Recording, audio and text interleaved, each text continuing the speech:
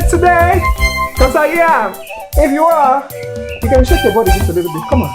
Come on. This is incredible. Africa Day 2023. Utukufu, the joy of Africa. Come on. Special dedication to my new sons and daughters all around the world. This is incredible. Are you excited to be here? I am. Welcome everybody. Welcome everybody. It is Africa Day 2023. Put your hands together. That's amazing. I am excited to be your host today. I'm Makalonga, Spokenword artist from Cameroon, and I'm excited to be the one hosting for today. It is going to be an incredible day, an unforgettable day, one you would not forget in a hurry. This is incredible. I want to say thank you to each and every one of you who has showed up today to be part of this event. It is time that you're going to be very, very happy that you invested. Before we begin, I would like to take a moment to introduce my co-host. Yes, you know, we are today celebrating Africa, and we are all about culture, we are all about artistry and entertainment. And I want to introduce the one and only choreographer, exceptional lady. She's beautiful, she's super talented, she's a professional in what she does. Ladies and gentlemen, put your hands together for Siben Marion as she comes up to the stage. Come on, Marion. I am so happy to see you. Come on, do you want to can we just do a little dance? Yeah. Come on. Oh my God! This is incredible. This is incredible. That was amazing. Thank you so much. Oh, Marion, you look wonderful. Oh, thank you. That's nice. That's nice. Yeah, you look great yourself. Thank you. Thank you. I try to combine, I think, 4 different Cameroonian cultures. Yeah. Interesting. Tell me more. Yeah, I where the hat is like the Doualas, the Bakosi. No, the Doualas and the Bakoris have the hat, and then the Doualas, the Bakosi, and the Bakori, they all have the white shirt. Yeah. And then this is a Sanja. It is tied, to look like the way the Bakosi style. Yeah. So I think, and then the stick is from the West. Oh, so. I guess I recognize that. Yeah, you definitely will. You look amazing. You look amazing. Thank you so excited much. to have you here today. And it's Africa Day. What are your expectations for today? Oh God, I expect amazing talents. I expect joy. I expect inspiration. I expect, I don't know, collaborations and a lot of more things to come. Me too. I think today is going to be exciting. Yeah. I'm particularly excited myself because it's a day where we are proud to be African. Do you agree? Oh, I do. I'm really proud to be African. I'm happy I was born black. Black is the color of my skin. I'm proud to be black. I'm proud to be African. Gone are the days when African is referred to as third world. I mean, who called us third world? Who lost us into those words? We are Africa. We define ourselves by our own parameters. Oh, and yes. we are our own first world. If you believe that, come on, put your hands together for yourself.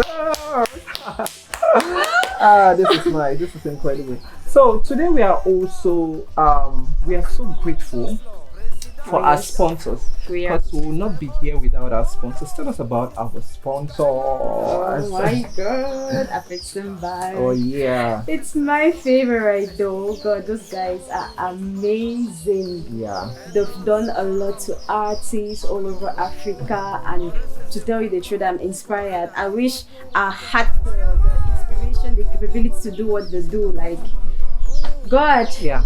I mean, we all wish we had that capability to do what right? we do. I remember. We are just here. Remember when we performed at PML in Douala? Yeah. And AfricaDay Bank was there. At the time, we didn't really know them, and then we got an email from them, and they were like, "We are launching a Central Africa office. We would like you to come and do us a short performance."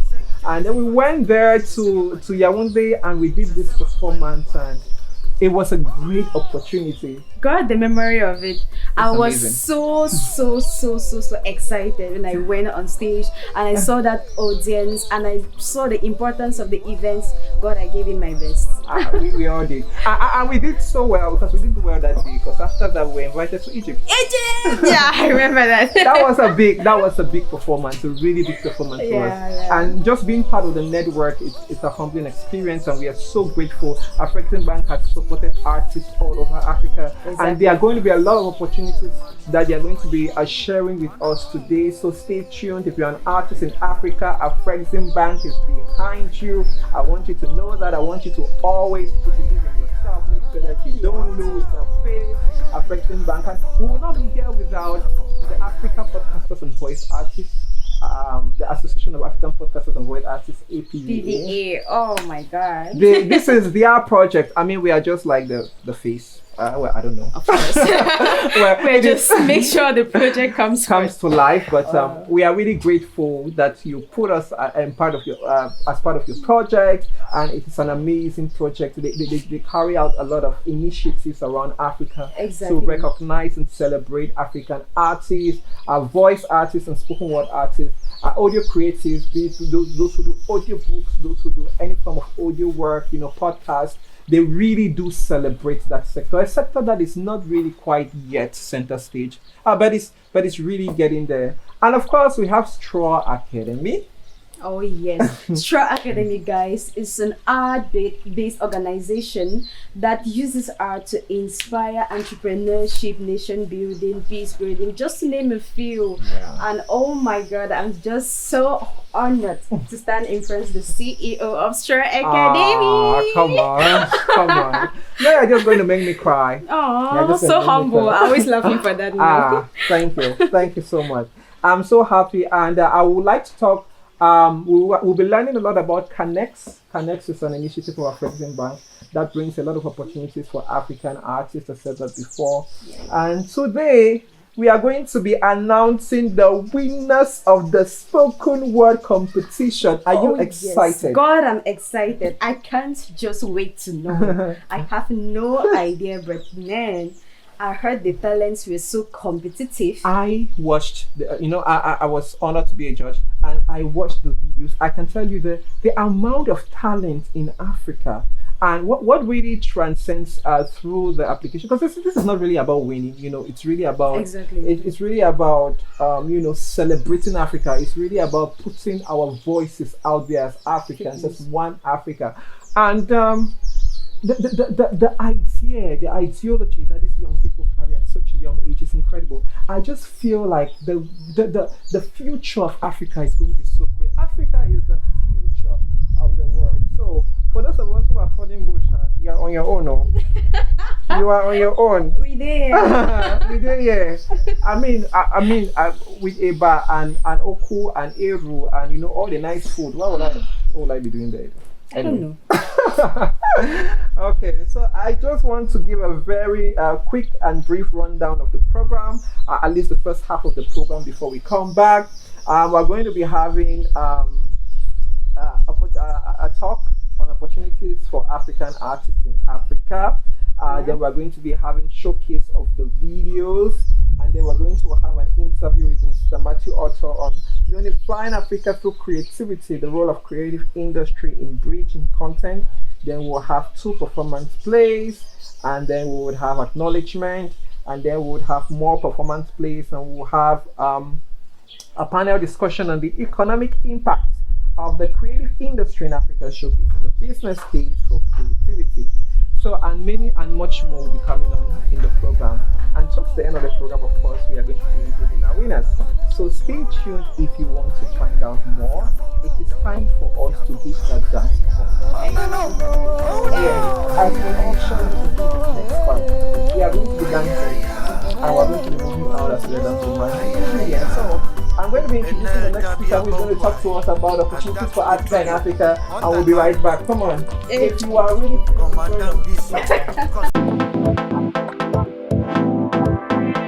The Canex program is a key instrument of implementing our creative strategy. Quickly, we found out that the creative industry in Africa was crying for a nexus. They are crying to find that point where that will pull all of them together, and they bring their ideas and also contribute solutions to to the challenges they faced.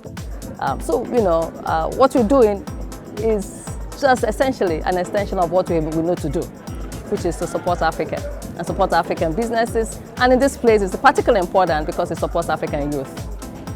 Africa has a vast pool of talent in music, in film, in arts, in crafts, sports, name it. But Africa is almost absent from the market of ideas because Africa is only able to attract 1% of the global value in cultural and creative industries. Whereas Africa has got all this talent, there's a vast opportunity for us to monetize that talent. And as a bank, we have seen this as a low-hanging fruit in order to create jobs, develop our young people, put forward to them an opportunity to come out of poverty and make something out of their lives. So the Creative Africa Nexus is about connecting the creative economy, connecting the creatives to market opportunities, connecting them to opportunities to platforms for mentorship, twinning services, capacity building, financing. All those offerings come under the banner of the Creative Africa Nexus.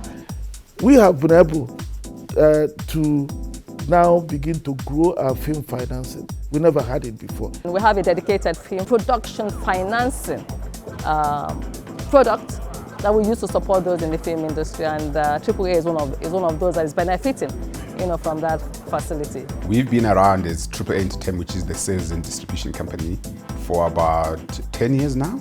For most entrepreneurs in the continent or filmmakers, access to financing is becoming the biggest stumbling block. So it was a painful process going from bank, trying to beg, and then the client said, listen, have you checked this bank called AfricaDay? When AfricaDay came, their rate is way lower than what we can borrow here in South Africa. It's incredible. We want to make sure we reduce to the barest minimum the constraints that credit causes. Creative economy has got that potential to have a massive upside. AfricaDay understands that. It's got, of course, the return on investment at whatever percentage they give you. But if they come in, even especially when it comes to equity or making sure they give you IP, the upside could be massive. 3, 2, 1.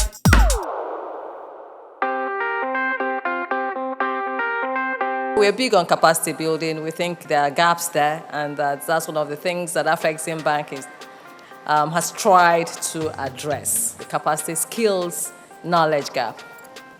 Establishing the design studio of Aza Fahmy that's helped raise the next generation of jewelry markets and designers.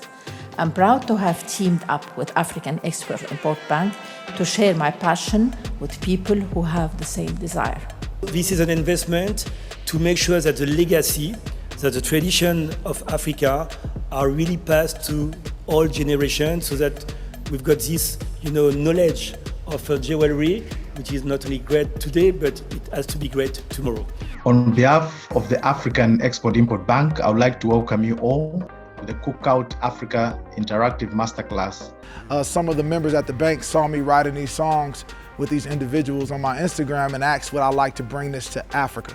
And so we launched the Cookout Africa as a partnership between my company and AfricaDay Bank, who I'm extremely grateful for. And over a 2-year period, we've hosted 10 cookouts across the continent. Well, we're out here at the Canex Music Factory where we are having fun and, interacting with the local artists. And we're really grateful, with this support with the AfricaDay Bank, which is showing through this program of Canex. And I hope we're going to have a fruitful, massive One Africa, One Village, showcasing our cultural spirit.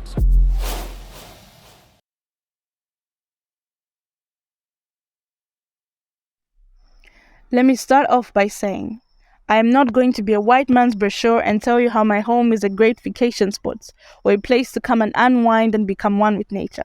Yes, her beauty is rare. From the richness of her culture to the aroma of her food that calls you in, her music a muse that runs deeper than any of her roots, her moves that move to the rhythm of the beat of her bloodline, her heart that beats to the ancestors' drum. Her people were kissed with more than 50 shades of brown and black, her body a canvas painted by God's own hands, gold, silver, brush strokes of copper, embroidered with diamonds, the rush of many waters, the gather of the golden shades, of dust to soil to sand as dark as night, and when the morning comes you can see the golden lashes sheer as far as the eye can see. As the wind rides its waves on the beautiful Sahara from the great Victoria Falls that falls like the river between Zambia and Zimbabwe. Yes, her beauty is long and narrow like River Nile, her glory is as high as Mount Kilimanjaro. A virgin's tongue is one that has never tasted the bliss of her food, where the best utensils are your hands, where flavor and color override each other, yet they're in perfect harmony. It's more than a slice of heaven.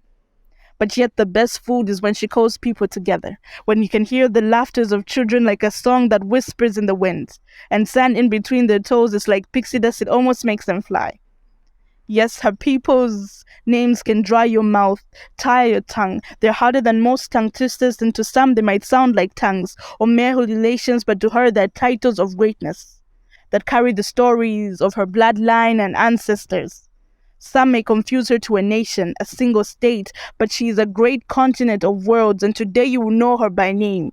For her name is not Africa, for that is the name derived from a colonizer, Africanus. Her name, many names her people called her Kush, others called her Ethiopia. But you see, her name that echoed throughout the land was Akebelen. Yes, this name might not run smooth on your tongue, but it means Garden of Eden, the mother of all creation, and today she asks you to call her by her name, Akebelen. The glory of Africa is in its name, Akebelen.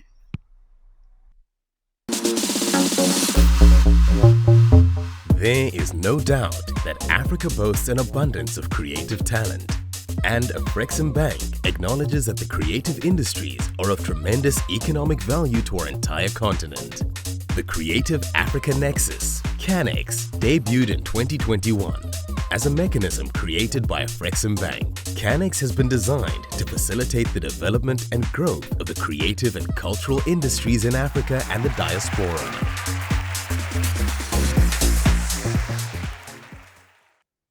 So welcome, Matthew. Thank you for accepting our invitation to be our guest on this show. And this is, of course, to mark the African Day. And of course, we are discussing around unifying Africa through creativity, and particularly the role of the creative industry in bridging the continent. That's where we'll be talking more about. For our listeners, we have here Matthew Otto. He's our guest and be giving us some insight into his experience and expertise on our topic today.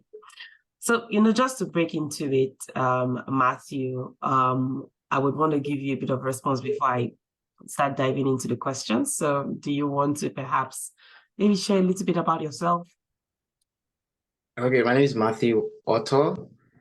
Primarily, I think I'm a spoken word poet, but these days I do a lot of content, like a lot of content and content work. But from my perspective, it's content from my perspective. So I do a lot of content storytelling, as it were. So even when I have to do content work for brands, it's more from a storytelling perspective, not the editing more videos. Or you get, I feel like at the very core of what makes us human is stories. And a lot of brands do not realize that. So they get fancier mics, fancier cameras, and then storytelling is nothing. So I'm a spoken word poet who does brand storytelling. Okay. And okay, I think that works. What does Pan-Africanism mean to you? Pan-Africanism. To me, I believe we have to, especially as creative, we have to understand that Africanism doesn't necessarily have to be about Africa, but the African. Like uniqueness, as it were. So I'm trying to say you can be unique and represent Africa without necessarily talking about Africa, because a lot of times we make the mistake of believing only artists or creatives or poets that are doing very African poems are Pan-African, as it were. You're Pan-African if you're telling the story of a Nigerian boy who literally struggles with, because a lot of times our stories are actually, someone told me something once that your story is an extension of someone else's story. So while telling your own story, you're telling someone else's story. So I'm saying just being yourself, just telling your own story is adding to that narrative. So being Pan-African, it doesn't necessarily mean history, doesn't necessarily mean culture, as much as those things are important. I'm saying your everyday experience in telling those stories, you are furthering the African narrative. It sounds weird, but I think so. All right, so I'll just go straight into my next question, and it was more about technology. You know, in what ways do you think creatives, or maybe particularly your industry, can leverage technology in promoting, Pan-Africanism? Because the whole idea, we want to address the world of Africans or Africa, wherever you are. So how can technology actually drive that? And in what way can people utilize technology for this particular purpose? I feel like one of the most right now trending theme in technology is the advancements in artificial intelligence.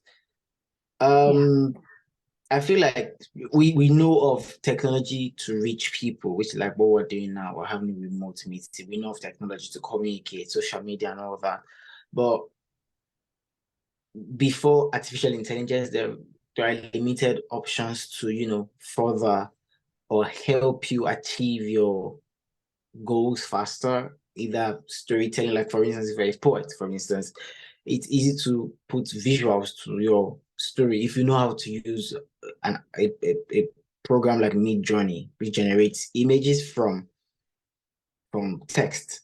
So that way you can, if you are doing an audiobook or a chat book, for instance, you can then have visuals without, spending too much on getting someone that is a visual artist. So I'm saying the easiest way, to be honest, is artificial intelligence right now, in the sense that you make use of the available tools to further your production. One of the challenges we have, especially in Africa, is resources, right? Paying, I know of a friend who had an amazing project, then he was held back because he couldn't pay a producer, right? So we have that limitation of resources. And I feel like technology cuts or bridges that gap, because there is a tool by Adobe for it. I do content, so I know a lot of content tools. There's a tool at Adobe that you can literally record a video with your phone and you just show the audio into that tool and it sounds crisp like it's a microphone.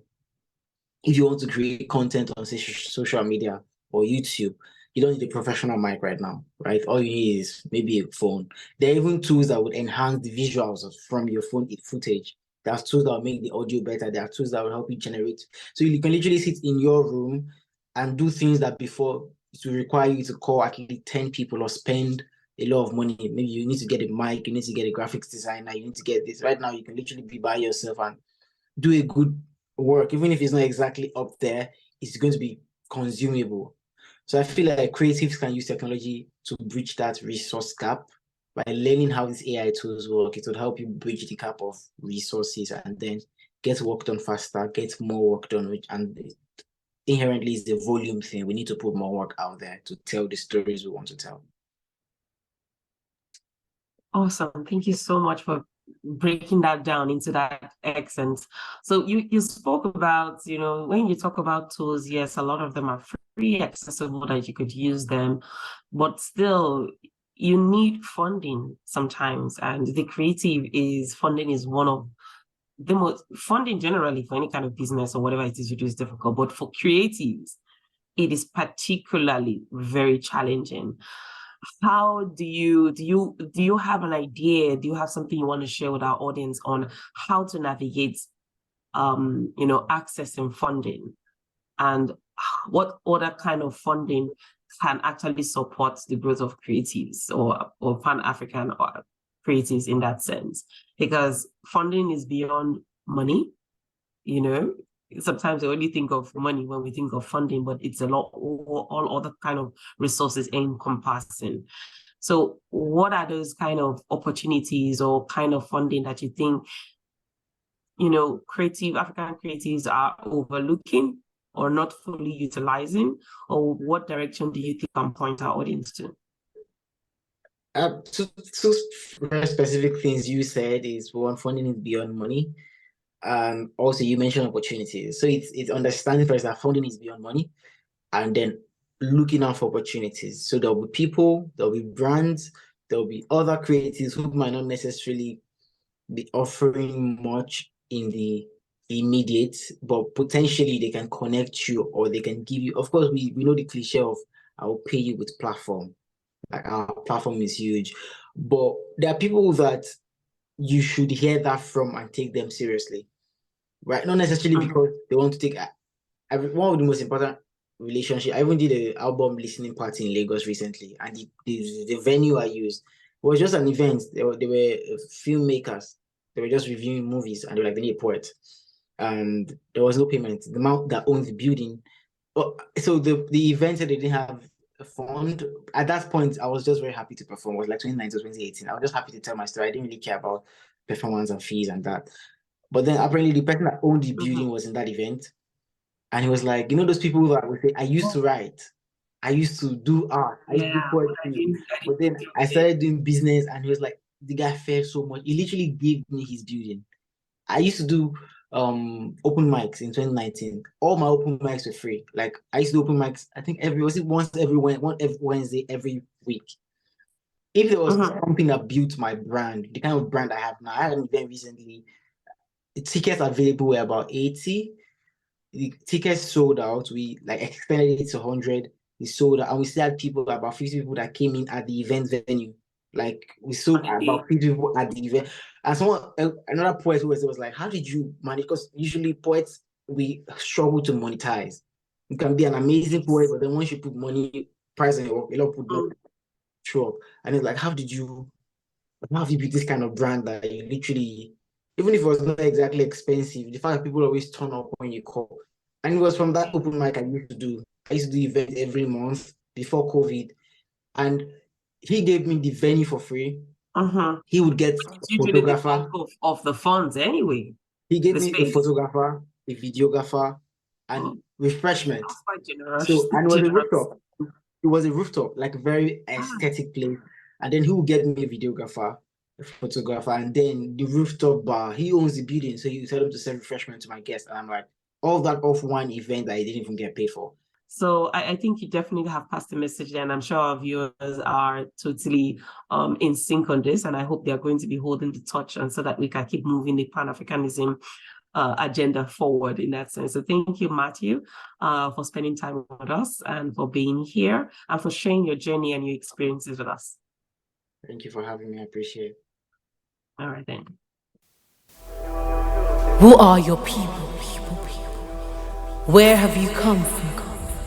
My ancestors are scarred-faced warriors, men who broke the shackles of their wrists and ankles. Call it chain reaction. Nanyo Konkwa, look, the noose is no longer tied to our name is freedom. Inkululeku, the crown has returned. Adibawale, Africa now sits on her throne, our name, Zuri. So when the West tries to colonize the concept of beauty, we laugh. This much is true. When Oshun came to the end of her mortal life, she hid her beauty beneath our skin for safekeeping, stored sensuality in the thickness of our thighs. I don't need maths to realize that there are more curves in a black girl's body than in a graph. When we rock our froze, admiration trail behind us like shadows. No Kazimulu, glow. For it is treason to inherit this skin soaked in sunlight and not glisten. Mother, history records you screaming in labor pain as you gave birth to civilization. Breastfed nations to fatness. You make giants and raise empires. Your legacies cannot be gutted by their fire. Your name can't be erased by these ones whose history books cannot pass a lie detector test. We went from shackled feet to running things, winning the World Athletic Championship. A Ghanaian scientist builds the latest spacecraft to land Mars. A Nigerian queen sits proud as DG of the World Trade Organization. They called us a dark continent, but nations are coming to our light. Tourists booking flights to witness our rivers and wildlife, our mountains and islands, and leaving them wide-eyed. Africa, your music is a deity we do not worship in whispers. The bongo breaks into percussion, the repercussion is the isishikisha. The Ndebele troop calling the rain in a dancing ritual. The Calabar Carnival is where colors come to dance. Talek, come dance with me till we are diagnosed with joy. Come see how we stitch elegance into patterns. When the kente walks into the red carpet, the crowd goes quiet because a queen is making a fashion statement. Here, recipes are family heirlooms, passed down one generation to the next. When we set a table before you, ekban koko to your right, ugali to your left, the sweetness melts in your mouth and you realize that here, food is a love language and we speak it in different dialects. Hail our heritage, 54 chapters of success stories, over 2,000 languages inventing new ways to pronounce joy, Jabulani. We are home in our power. Tell John Legend that the glory has come and it is ours. My God. Oh God. That was a wonderful performance. Like everything has been running so smoothly and I enjoyed myself. Mark, did you? Especially Matthew Otto's, his presentation was really amazing. Yeah. I really learned a lot from that. It's really incredible how today is going. I think that the heat just keeps getting hotter. Right? Yeah? Keeps getting hotter. I'm feeling it. I'm sweating. The performances were lit. I told you that it was not going to disappoint, right? I'm sure that you get to know yourself. I mean, it's incredible. I really, really, really, really feel like this. We need to have more of this. Right. Yes. We need to have more of this. Yeah, it's true. We have enjoyed, the Nigerian movies. We have enjoyed the movies from all over Africa. The music. Yeah. But spoken word. It's kicking it. I mean, I'm a dancer, I'm a choreographer. I know I enjoy dance a lot. But come on, when I feel this, when I hear this, when I see this, God, I feel like I'm in a whole different world. And tell you guys, I'm enjoying this. I hope you too are. Yeah, we definitely are. So, importantly now, what do we have next? Oh God, we are going to have more of that sumptuous, I don't know, they say sumptuous to food, but God, this is so amazing to me. We're going to have more of that poetry performance, and later on we're going to go to our panelist discussion. And our panel discussion is going to be on the economic impact of the creative industry in Africa, showcasing the business case for creativity. So we want to acknowledge our sponsors once more. This event is sponsored by AfricaDay Bank, which is the Africa Export-Import Bank, and it is funded in the context of their Canex program. This is the third edition of Canex, and I know that you've watched the video and you know more about Canex. There's still much more that is going to be available. You just check out the links in the description. You check out the websites on the screen and learn more about Canex and how you can get involved. There is so much opportunity for us there. I'd like to acknowledge APVA, the Association of African Podcasters and Voice Artists. I'd like to acknowledge Stro Academy and the entire Stro Academy team. I'd like to acknowledge every participant who is taking place right now. I really appreciate, we really appreciate your coming. We appreciate your time and energy and effort. And we really want to congratulate everyone who has submitted. We've had 118 submissions from all over Africa, from many countries over Africa, and we're just grateful. We just feel honored. Thank you for sending in your videos. Thank you for engaging. Thank you for using your voice to foster sustainable development, creativity, and innovation in Africa. Let this fire keep burning. It is just the beginning, Myron. Oh my God, it's really just the beginning. I also I'm very grateful to our sponsors, to all the participants, the losers and the winners.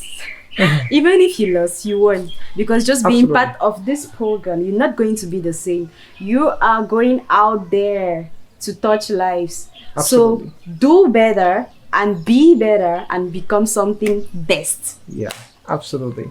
Thank you guys so much. And let's keep the fire rolling. Let's keep the fire burning and keep the ball rolling. It is good to be here with you guys. My name is Rodney Amalkachia. I'm the host of a podcast called The Young God, and I'm the founder / creative director of a creative agency called Able Creative. And I would love for each of us to introduce ourselves. My name is Fola Folayon. I'm a journalist and a media content strategist. At the moment, I live in Kigali, Rwanda. I consult for AfriPods. AfriPods is an African-centered podcast hosting company, and I'm also the marketing manager of CCIJ. CCIJ is a nonprofit. It's Center for Collaborative Investigative Journalism. We're based in New York, but I work out of Kigali, Rwanda. Okay, very nice to meet you, Ms. Fola. And who's up next? Okay, hi. So my name is Diane Odringako, but I think in English you say Diane. Actually, I'm Francophone, so I'm going to try to do my best to speak in English. I'm from Cameroon, which is the bilingual country, because 30% of the population totally speak English, and the other part speak French. So we definitely have to try to speak both language, I guess, like Kigali, Rwanda.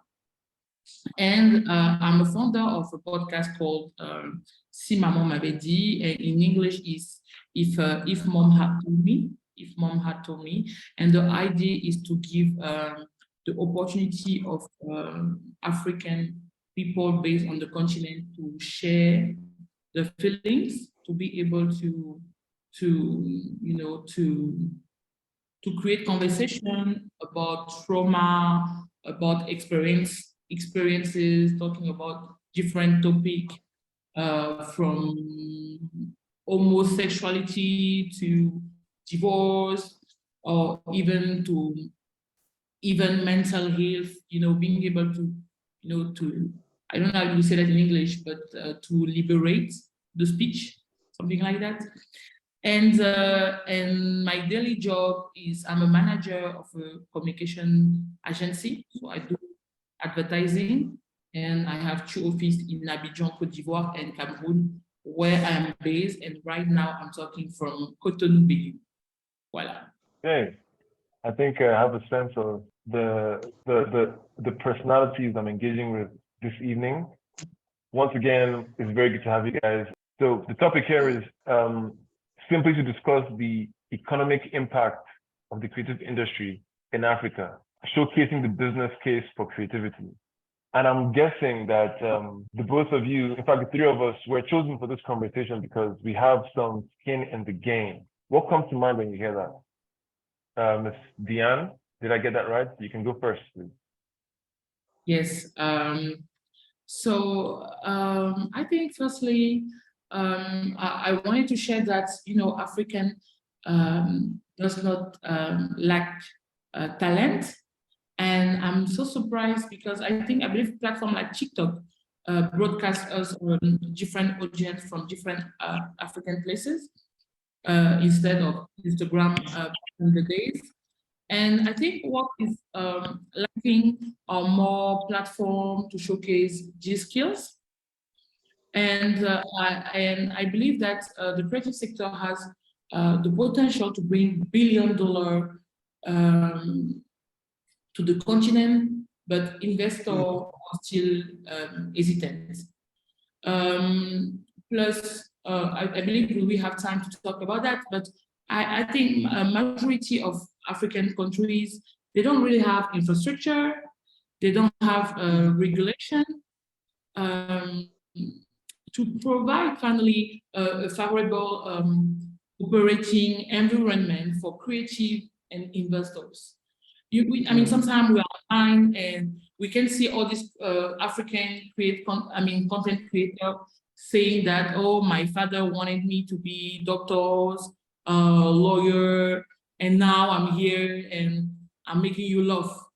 And I think that when we have regulation, infrastructure, and even people that show you that you can live from the creative industry, we will have even our parents that will change their minds. because you can be what you don't see. And your parents can believe in you if they grew up in the environment where what you are doing right now was not, relevant. And I remember when I was young in Cameroon, being singer was nothing. Like, who dream about being singer? Who dream about being a contemporary artist?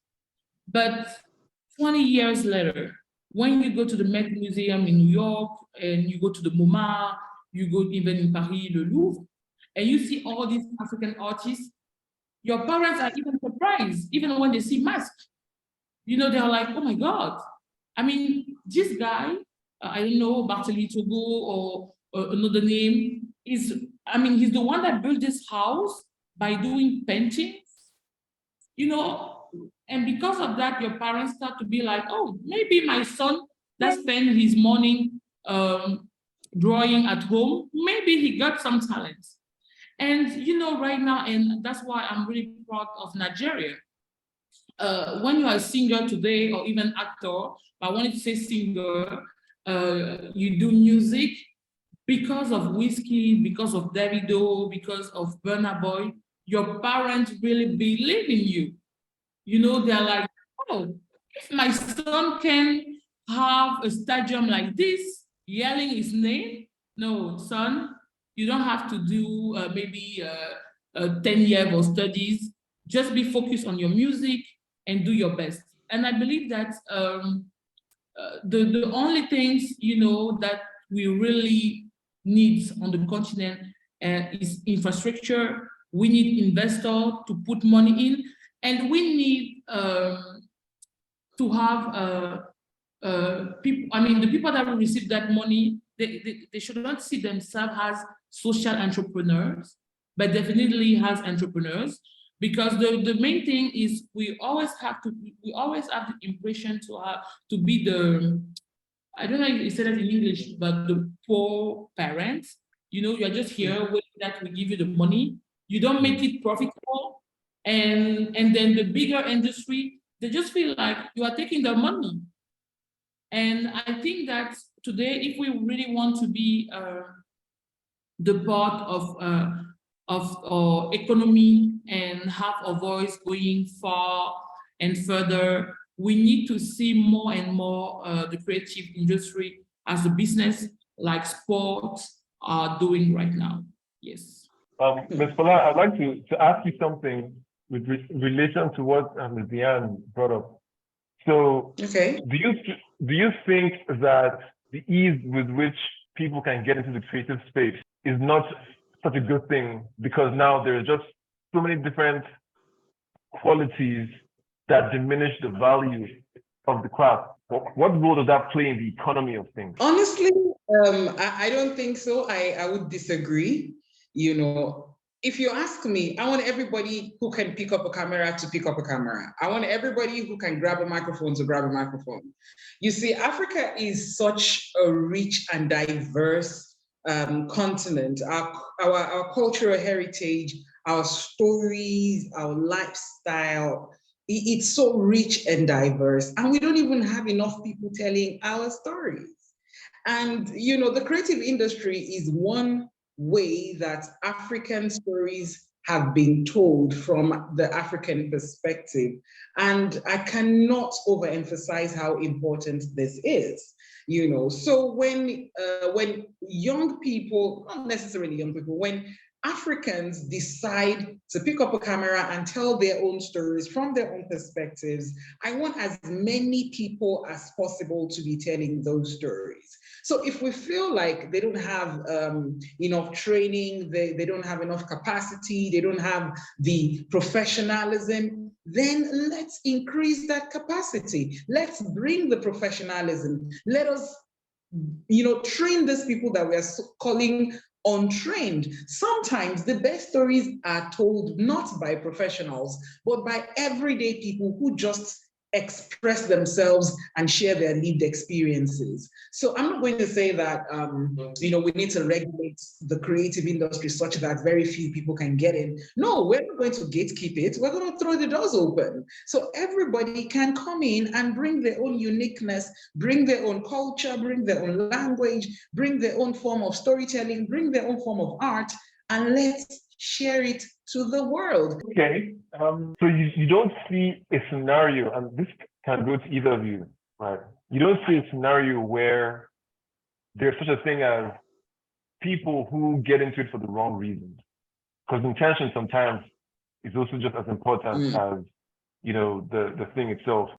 So this is how I see it.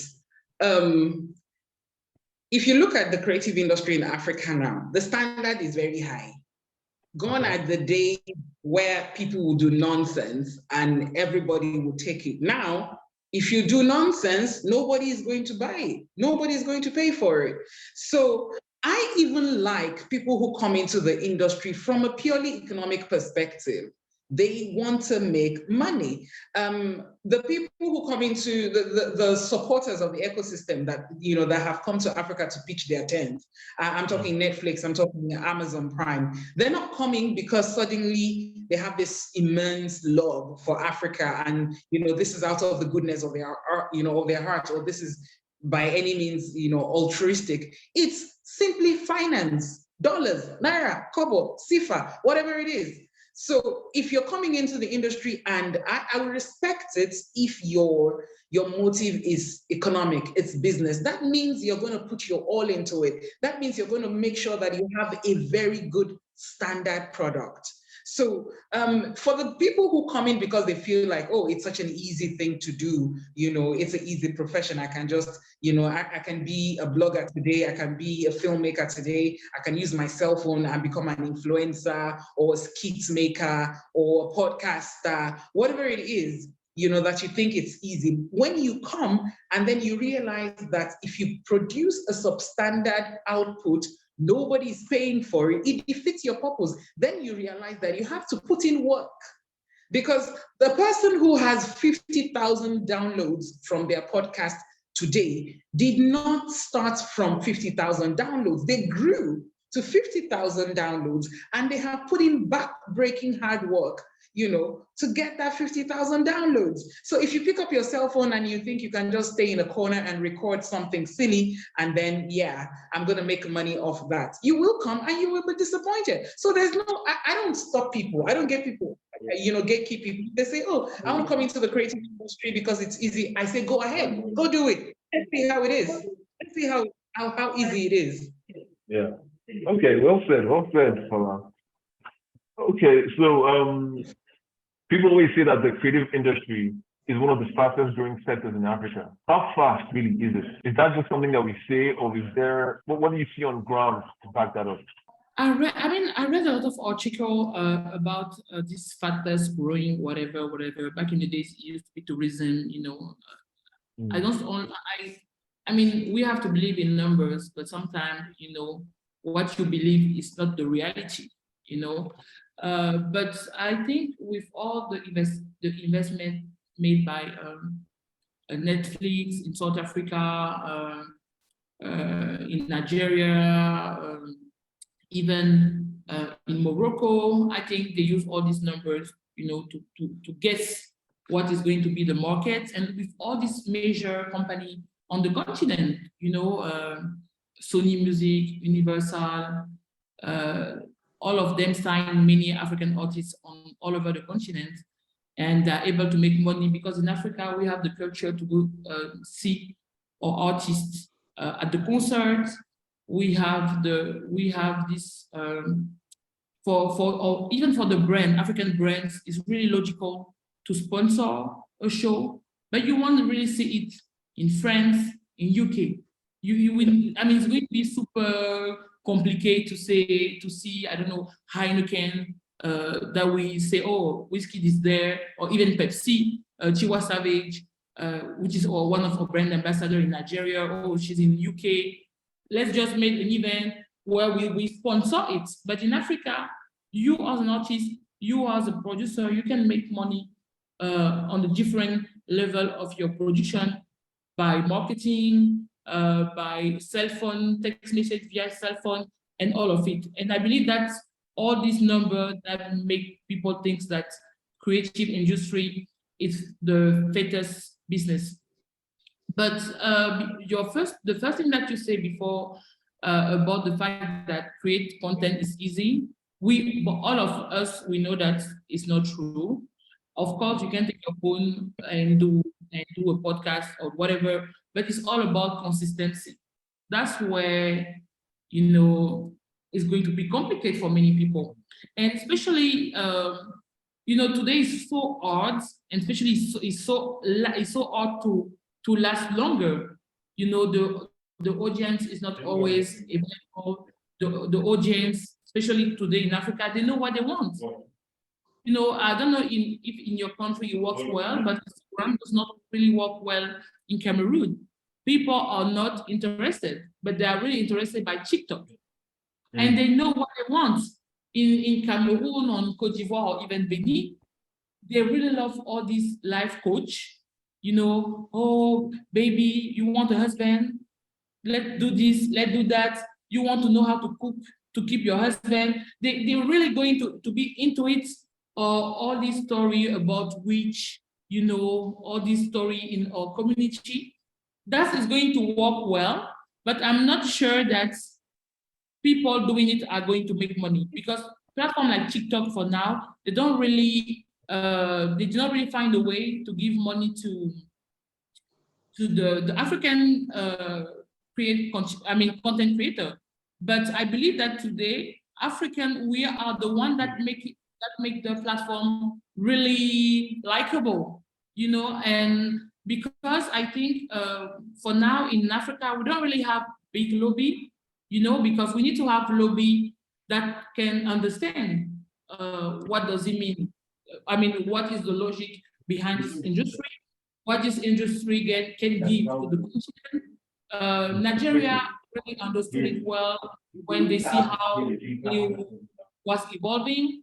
Then they noticed that with all the music industry, that is super and really well organized in Nigeria.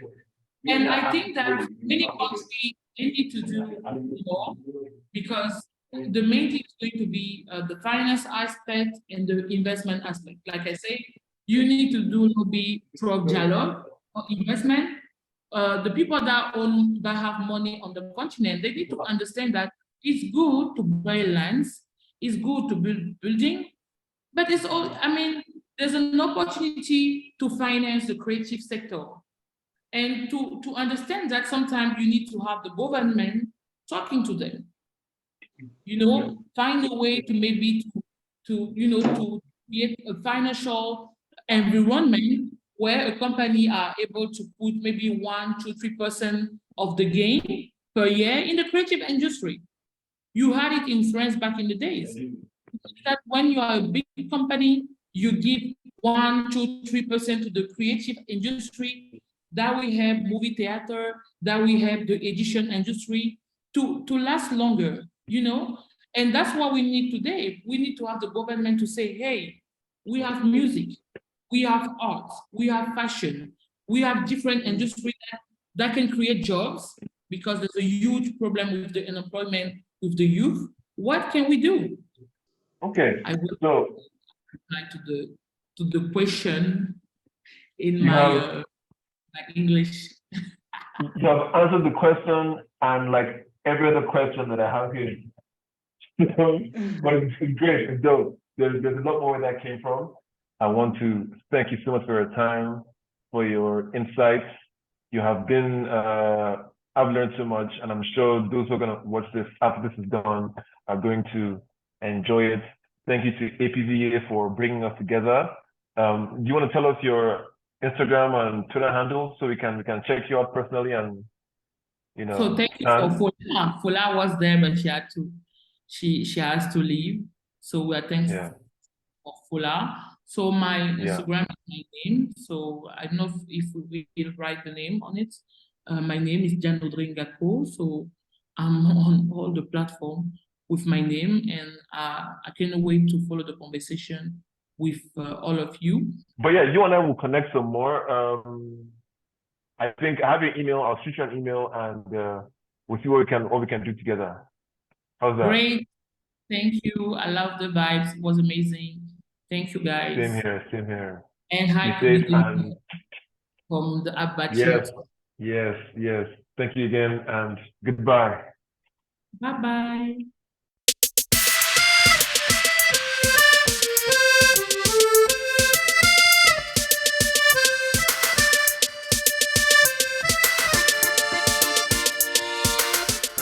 So what has brought us here is an initiative we call Canex Presents Africa, which is an initiative which looks at unlocking market access opportunities for African designers.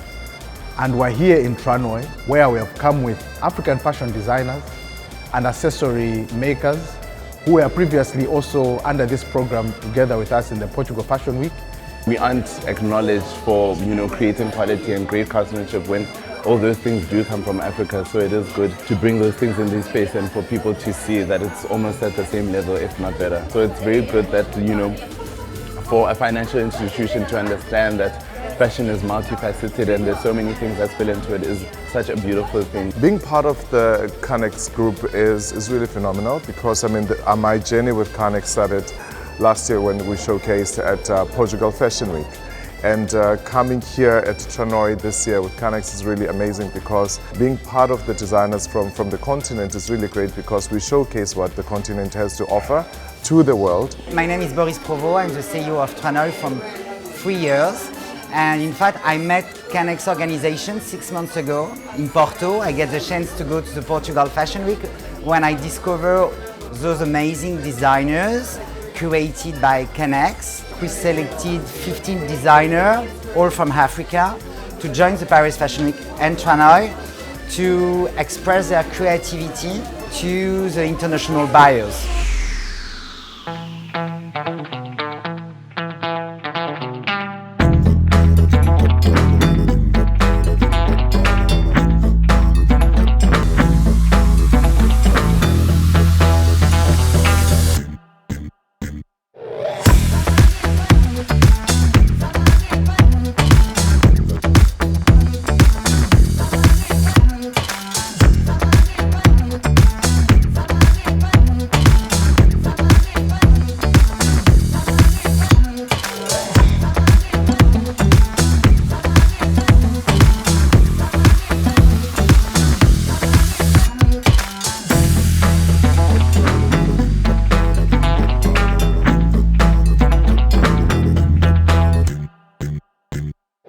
Message from all of this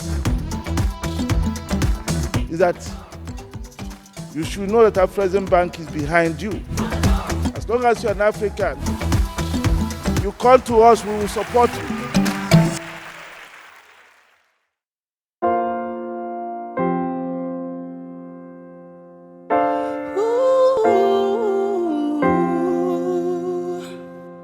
That the same sun where they melt, shea butter. Now him be the same sun where they make clay stronger. Now it's not about the condition but the substance. So tell me now, what are you made of? What are you made of? What are you made of? Do you rise and fall? Are you standing tall? Giving up or you're holding on? What are you made of? Oh, what do you stand for? What do you stand for? Do you rise and fall? Are you standing tall? Giving up or you're holding on? What do you stand for?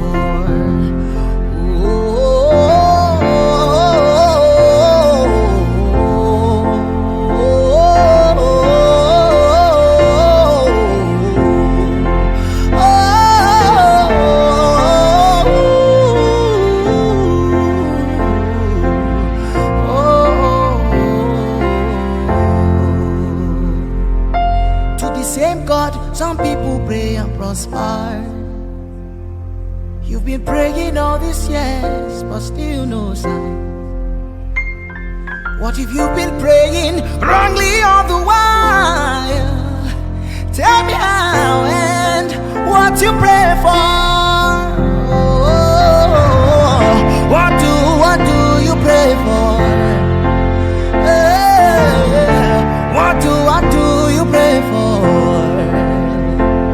Do you rise or fall? Are you standing tall? Give it up or you're holding on. What do you pray for? Oh, what do you pray for? Do you pray for bread or you pray for ideas? What do you pray for? Do you believe in man or you believe in God? Oh, are you standing tall? Giving up or you're holding on? What do you pray for? What are you made of? What do you stand for? What do you live for? Tell me now, what will you die for? Welcome once again. This is APVA, the Association of African Podcasters and Voice Artists. And what we do at APVA is to highlight and, put out the African creatives in the voice industry, be it podcasting, voiceovers, spoken words, and poetry. And we also appreciate the hard work they put into the creative industry via the APVA award ceremony, which will be coming up anytime soon. And one of the methods or the strategies we also celebrate African audio creatives is the Utukufu event, which is the glory of Africa, that you would be having in commemoration of AfricaDay. And this is also part of our ways to expose African audio creatives to knowledge, to trends, to innovations in the global world when it comes to creativity. And I hope that at the end of our discussion today, we're able to achieve our objective, which is spotlighting storytelling as a tool for African creatives and how they can better make use of it to put themselves out, how we can, through storytelling, create a better image for Africa in the outside world, I mean globally. So once again, my name is Oiza. It's a pleasure to meet you. Our topic for this discussion is amplifying African voices, the power of storytelling in shaping African narrative. Amplifying African voices, the power of storytelling in shaping African narrative. So before we get into the meat of the matter, I would like you to please tell us about yourself, what you do, generally about you. Okay. Hi, thank you again for the invitation and for having me. My name is Chiamaka Ofajimba. I am currently the Africa Recruitment Manager for University College Dublin, which is an Irish university in Dublin, Ireland. I handle recruitment activities, admission processes, but ultimately what is important for this meeting would be that I am a podcaster. I have and host my own podcast show, which is I Say What I Want. It is majorly targeted to young people in their 20s. I'm in my early 20s, and just trying to navigate adulthood can be a lot.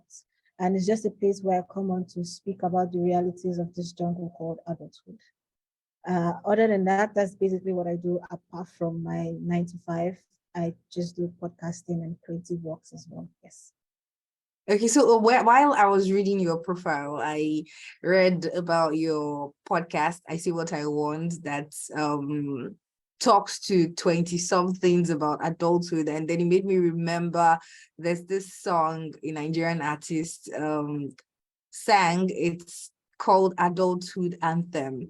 And in the song, just about how adulthood is a scam. Yes, it is a big scam. Oh, wow. So you agree with her? All right. I do. Okay. We do acknowledge the work you're putting into the African creative industry, and that is why we've deemed it fit to have you in this discussion. All right. So would like you to share with us, how did you find yourself in this creative industry, particularly in storytelling? Okay, thank you. Like I said earlier, navigating this jungle called adulthood and just trying to understand the different things that has been happening and just the lack of information. And so how I stumbled into it was during the pandemic.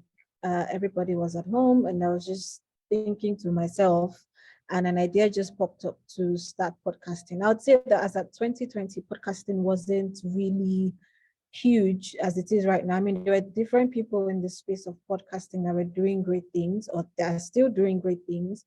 But at the time, it wasn't a huge industry, I would say. But I started then, and it was just a space for me to come up and talk about what a fellow 20 something would be going through.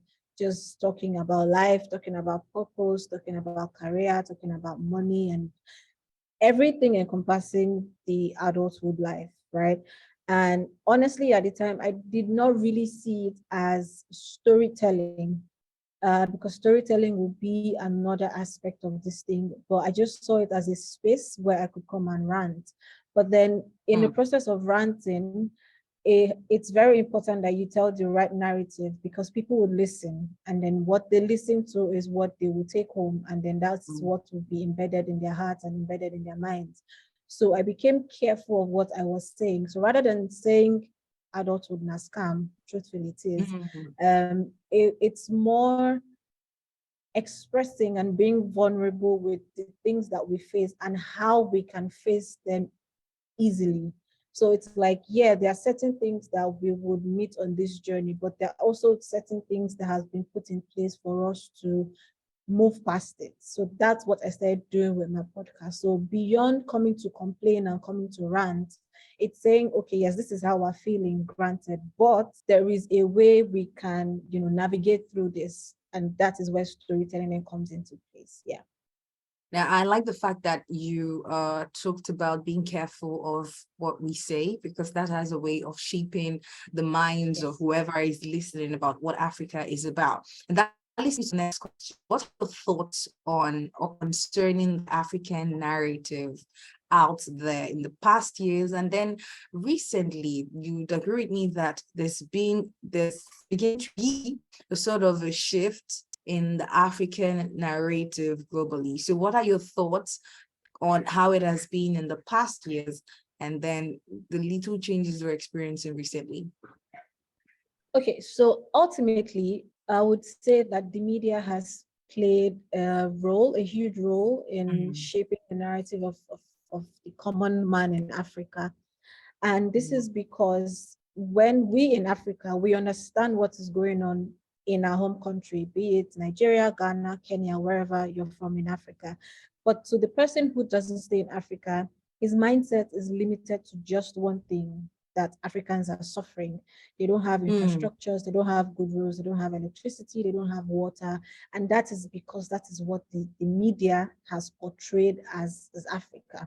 And for the longest, we had no idea. So we were angry, and we've always been angry as to why would a documentary be on Africa and all they're showing us is that it's corrupt and our bad rules. But like, there are things going on. There are individuals in Africa that are doing amazing things and making so much milestones in their career, but the media is not doing that. So for the longest, I would say that the major problem has been the media.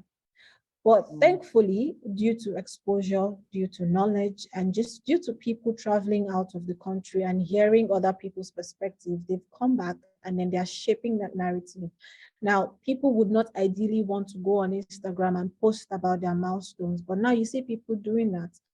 Now people are taking charge of the story themselves. So we're not leaving it to the news outlets. We're not leaving it to the blogs to tell our stories. We are taking it, like we've taken charge of it and saying, I am an African, I am a Nigerian, and this is what I am doing.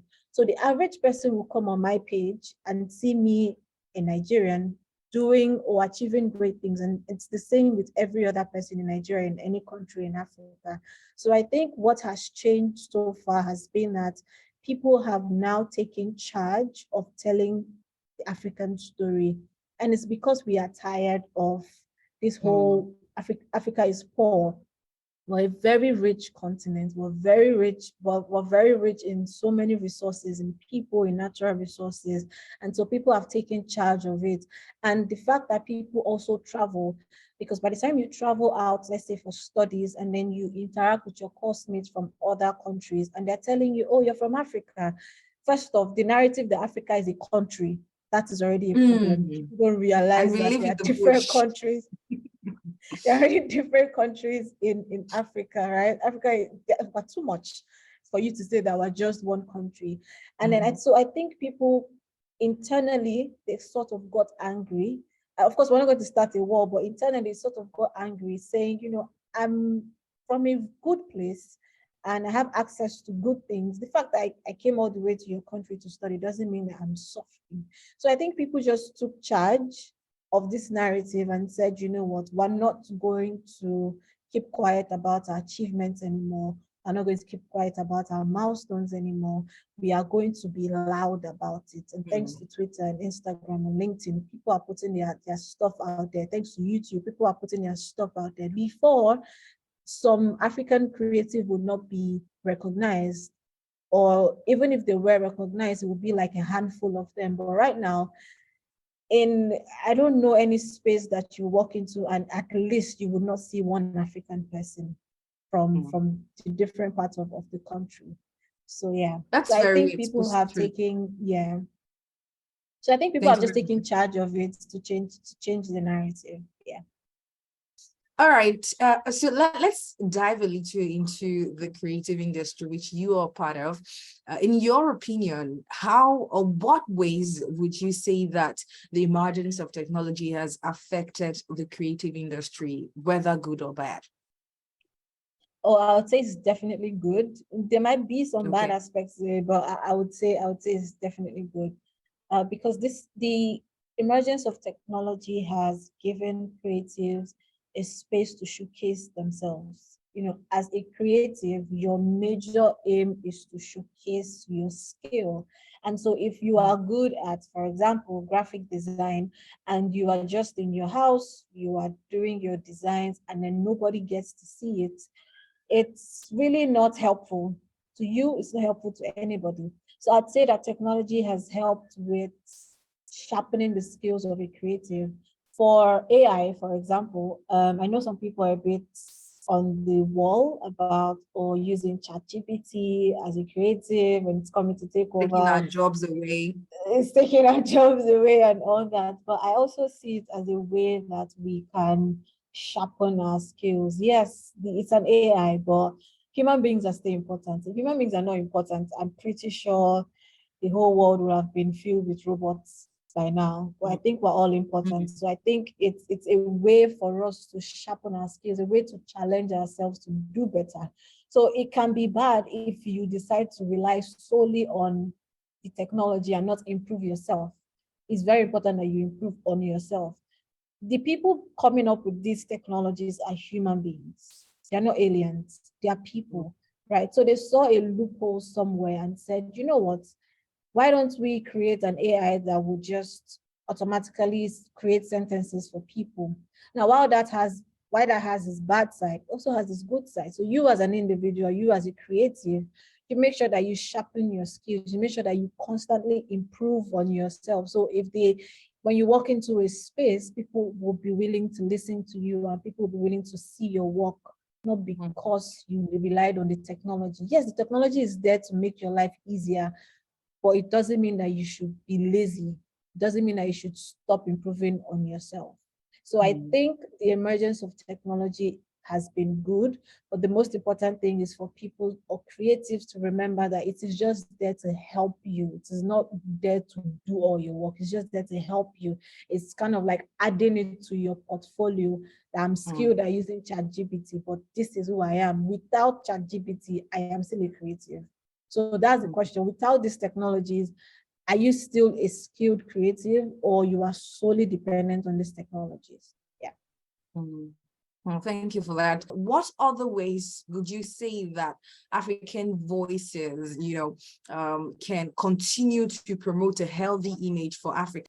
So I think what would help us as Africans, because we will not be, let's not be oblivious of the fact that yes, there's some people that are doing great things in their sphere of influence, but there are also people painting a bad image for Africans as well. So, for example, I traveled one time to a certain African country, I won't call names, a certain African country, and just because they saw that I am from Nigeria, they automatically pushed me into the immigration room to ask me further questions. Now, I know, I mean, it pained me, I'm not even going to lie, but I understood that it's because there are other people that are coming here and they are looking, they're causing trouble. So it's not me as a person, it's that there are also people that are causing trouble. So I think that in as much as we're trying to change the narrative and we're trying to push media and we're trying to own it, I think we also have the work is on us individually, because I can be in my house, putting in the effort, being a great podcaster, doing my job diligently. Someone else, Hilda, can be doing her job well, and then somebody somewhere would just decide to go to another country and cause trouble. And then by the time you cause that trouble, it's a whole narrative that, oh, that is how Africans are, or that is how Nigerians are, that is how Ghanaians are. Once they come into a certain place, they're going to cause trouble. So I think it's a personal journey. It's an individual conviction, literally. So you can do all the work, but if we do not get to the point where we all own it individually and say, look, we're trying to paint a good narrative. And so this is my continent, this is my country. I am a representative of this country. So whatever I do there is going to go back, like it's going to show in the country that I'm coming from. So if I go to a certain place and I leave a bad report, it's not going to be, oh, so person. It's going to be your nationality that they're going to hone. So it won't be, oh, participant A had an issue in this country. No, it will be that a Nigerian came, or an African man came into this country and caused havoc. So I think at the end of the day, it's a personal conviction. While the media and while some people are doing great things, we need to honestly just have that personal conviction to do the right thing and just understand that we're representatives, because the other people, like people who are non-Africans, they understand this. And so when they go to certain places, they know that they have to behave in a certain way. So yeah, that's how I answer that question. People from other continents, go outside of their continent, they are very conscious and mindful of what they do, because they know they're not just representing themselves, they're representing the continent that they come from. And Africans to imbibe that in their attitudes as well. All right, so that leads me to the next question. What are the possible steps to address the underrepresentation of the African narrative? So after this question, we'll go back into, storytelling and all of that. I just want us to capture the African image in totality. Okay, sorry, could you ask the question again? What are the possible steps to address the underrepresentation of the African narrative? Okay, so one way I would say would be through knowledge and enlightenment. I think once people are enlightened on what to do, they will do them. Genuinely, people might they don't know what they're supposed to do, genuinely speaking. So we cannot fully blame them for the attitude. They might just grow up in a certain way and then have the opportunity to travel. Now, because they don't know, they are not going to do the right things. So I think it's knowledge. Knowledge is key. So passing across the right information, not necessarily chastising them, but just passing knowledge across to them and saying, look, as a person, and again, it starts from one person, and from one person it builds to a community, and then from community it builds to the entire continent, and it builds to every single person in every country, right? So if this knowledge is not shared with people, people are not going to know. So the key step is to share this knowledge. The key step is to enlighten people, be it through media, be it through conferences, be it through podcasting, be it through storytelling. It's just putting that knowledge in every person that you come across, be it through word of mouth, through conversations that you have with your friends. It's knowledge. So once people know what to do, except they really have strong head that they will know what to do the right thing. But if you pass the knowledge across, I believe that they will do the right thing. Yeah. Knowledge it is. Okay, my final but not the least question is how do individuals and organizations outside of Africa support African voices? Now, I'd like you to answer this question vis-a-vis how do we even get them to support before we now talk about, okay, these are the ways that they can support. I hope you understand me. Okay. Yes, I do. Okay, so what comes to mind is positioning. If you are going to position yourself, or if you're going to open yourself up for global opportunities, then you need to position yourself to be able to access those global opportunities. People, for example, when you put your stuff out there, are you constantly improving on your personal brand? Or are you just this is one way, this is how it is, right? Is your brand, are you flexible enough to cater to everybody that you have carved within your niche, right? So if you position yourself for global opportunities, opportunities will come to you. So are you putting your work out there? Are you engaging relevant stakeholders? Are you going online to search for opportunities? Sometimes you have to go and search for opportunities. Sometimes these global institutions or partners, they might have put something up on their page. You need to tell yourself that if I see something on the UN page, it's far from creative, but the UN page, I am going to put in an application, and I am sure that the work I have done is good enough to get me into the door. So the first thing would be to improve on yourself, improve on your skills, just make sure that you do excellent work. People cannot deny excellent work. People cannot deny value.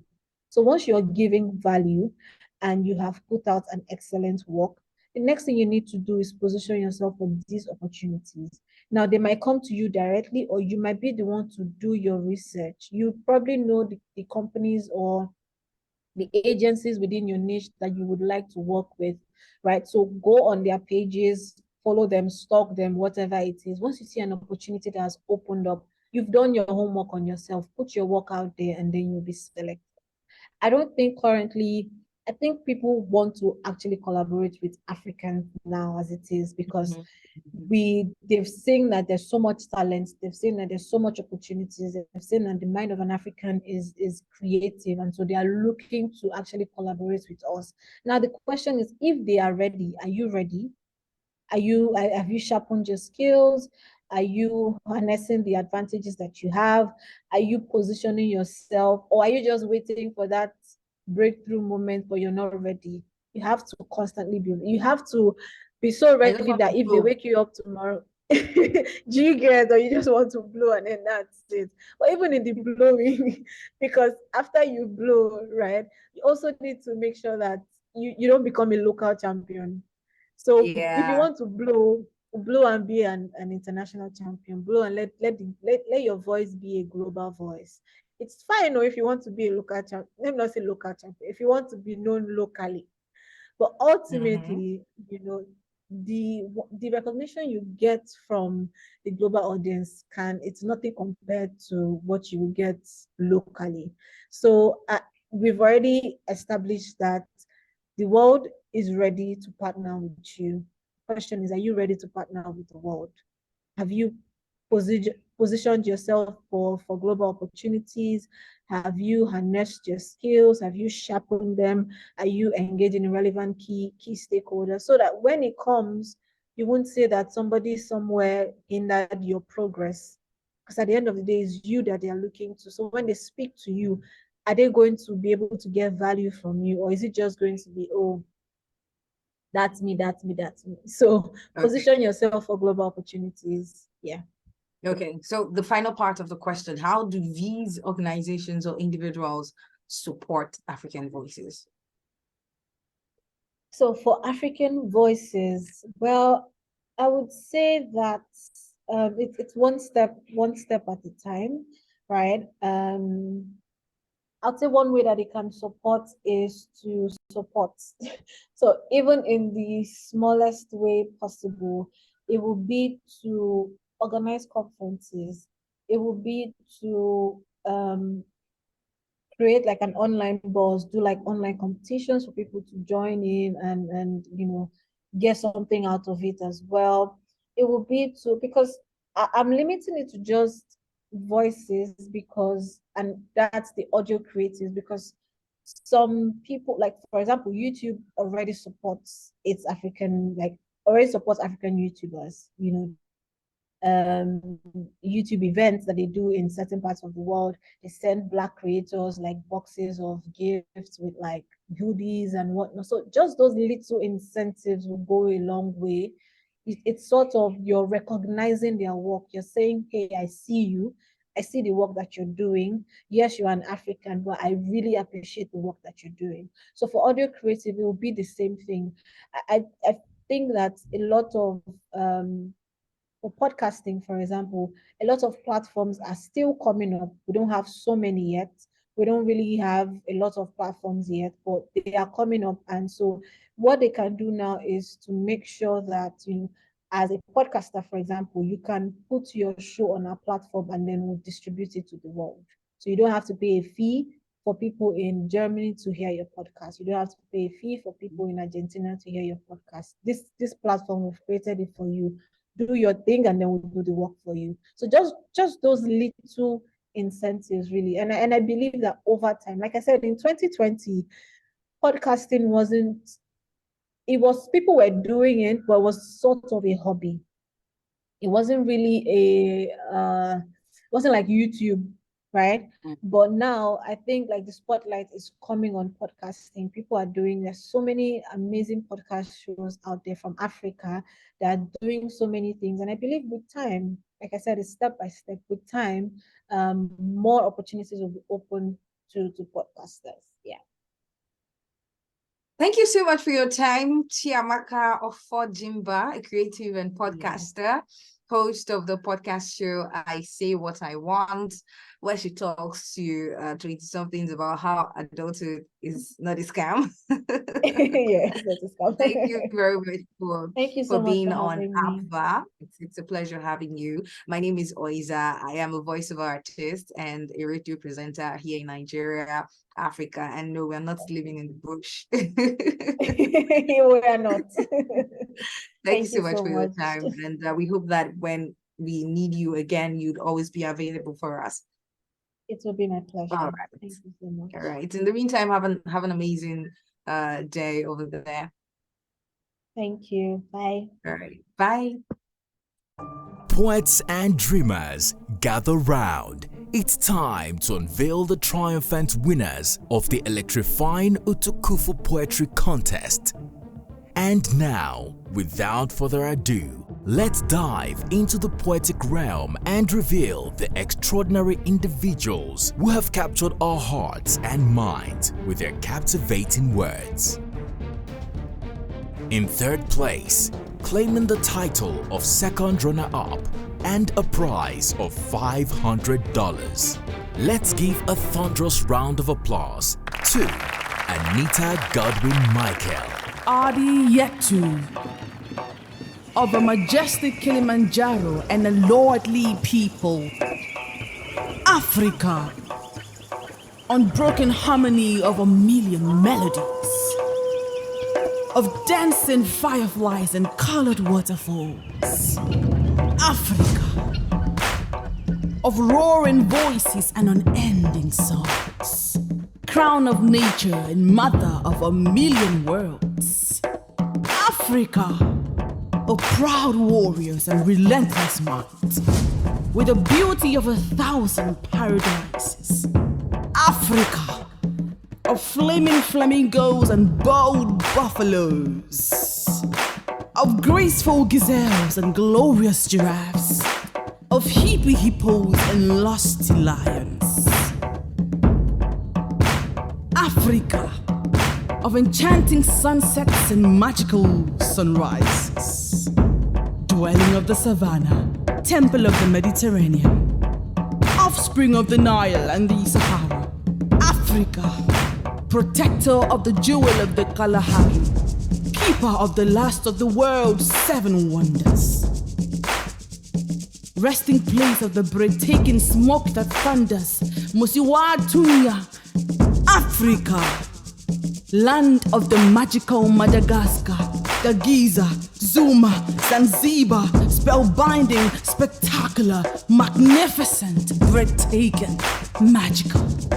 Africa, mouth of 1,000 different tongues and 1 billion multicolored souls. Africa, a rainbow of schemes and a shower of cultures. The Maasai, the Zulu, Yorubas, the Xhosas, the Ashanti, Kikuyu, Swahili, the Igbo, Ibibios, Hausas, the Himbas and others. Mandela's Africa, Achebe's Africa, Fela Kuti's Africa, Hook Masakela's Africa, Brenda Fassi's Africa, Utukufu wa Africa. This is Africa. Congratulations, Anita. You've truly left an incredible mark on this poetic journey. Friends, in the second place, seizing the position of first runner-up and remarkable prize of $1,000. Let's celebrate the extraordinary talent of Che Joy. When the sun drew back light from the earth, the skin of our planet broke into fragments. Each piece bearing an unforgettable history of our jewels buried in the sand, underwater, in our palms, bloodied by the summoning of ships to our shores, glittering with the glory of our land. On this land, men came beating in torch and lampstands for gold as if we hadn't yet seen the light. As if Egypt wasn't Jerusalem enough for our emancipation, so they brought the Jesus of Lubeck to shore. Drowned our cities in fright, sent our kings to exile and made us orphans to our land. But we never slumped shoulders or drowned in regret. We mold men from scars and dust, rebuild history from the remains of war like Shaka Zulu. We run through the wild fields of the unforgettable glory of Ashanti and Ascom, where Osetutu led a city covered in gold, and Somali's song reigned, where the kingdoms held the heart of trade like finger to nail. Assembled merchants crawling their way in to the dancing waves of our shore. Through the maize fields, where the Amazons of Dahomey became the lions of their tribes, 17th century women waving off quagmires. Went for battles anyways, built our pyramids here and there in civilization, in commemoration of multilingual anthem sung to an unbeatable continent. Yes! Catch the dance steps, feel the parting of our moves, the heartbeat in our afro screaming liberation and dancing to Afrobeats, Makossa and Lamo, trickling with the worm to your belly, bubbling bursts in the excitement. Our history floods the Mongol, parks in passionate surrender, clamps on the lips of Nigeria to Uganda. Mali is pregnant. She lays in the arms of Cameroon, singing Mansa Musa's praise. Here, the soil burns in flames of exaltation. Well done, Che Joy.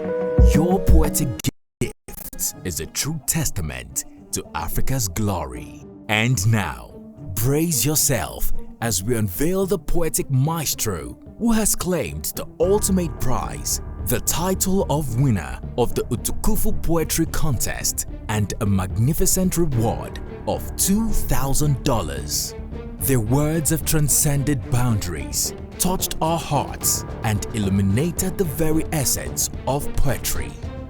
Wherever you are, acknowledge Africa. Diana Mudeme. Nickname Wakanda. Moss 3,000 tribes, 54 countries. Oh. I see.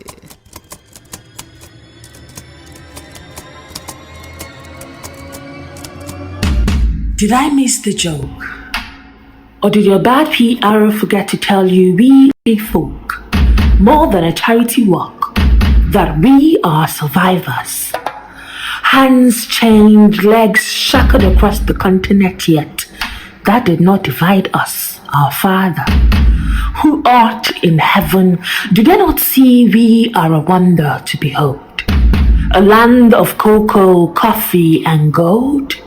Mouth-watering meals that make you wonder which jollof is better. Nigeria or Ghana, our Father, who art in heaven, do they not see we do not care what they see when they see us? And we do not dare forget the heritage within us, like, thou shalt not take fufu by fork and knife, but by bare hands.